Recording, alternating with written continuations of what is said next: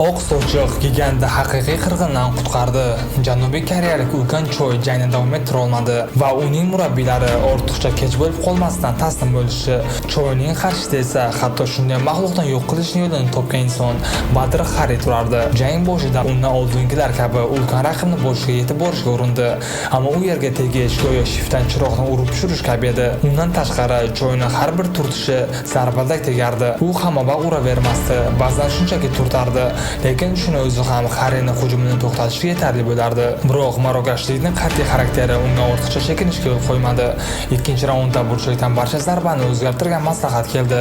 Boshiga yeta olmasang, tanasiga ishla, boshini o'zi tushadi. Shundan keyin Hari boshga intilishdan to'xtadi va metodik ravishda gigantni oyoqlari va tanasiga zarbalar yo'llay boshladi. Choining harakatchanligi qo'li uning himoyasi vayron bo'ldi.